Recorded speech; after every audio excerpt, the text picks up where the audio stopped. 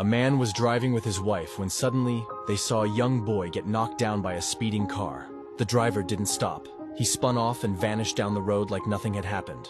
The man's heart dropped. He immediately opened his door, wanting to run out and help. But his wife grabbed his arm and said, "Don't get involved. Everyone will say you did it. We can't afford any unnecessary trouble or compensation." But he couldn't stand by and watch. He pulled away from her and rushed toward the injured boy. Furious, the wife shouted at him, then got back in the car and drove off, leaving him behind. Hours later, the boy opened his eyes in the hospital and saw the man sitting quietly at his side. He whispered, "Thank you for saving my life, sir." The man smiled softly and said, "It's nothing, son. Just rest." Years passed. One evening, it was late and their own son hadn't returned from school. The wife grew worried, pacing around the house. Then the phone rang. A voice on the other end said, "Your son has been hit by a car while walking home, and it's very bad." Panic set in. They rushed to the hospital as fast as they could.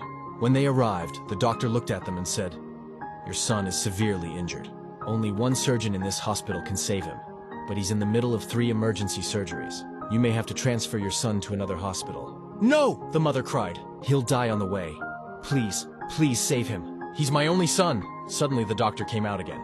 This time he looked directly at them and said, "Bring the boy inside." Now, 3 hours passed. Finally, the doctor walked out, removing his gloves. "A major organ was involved," he said, "but your son will survive." The father, overwhelmed with emotion, asked, "Why? Why did you leave the others and come save my son first?"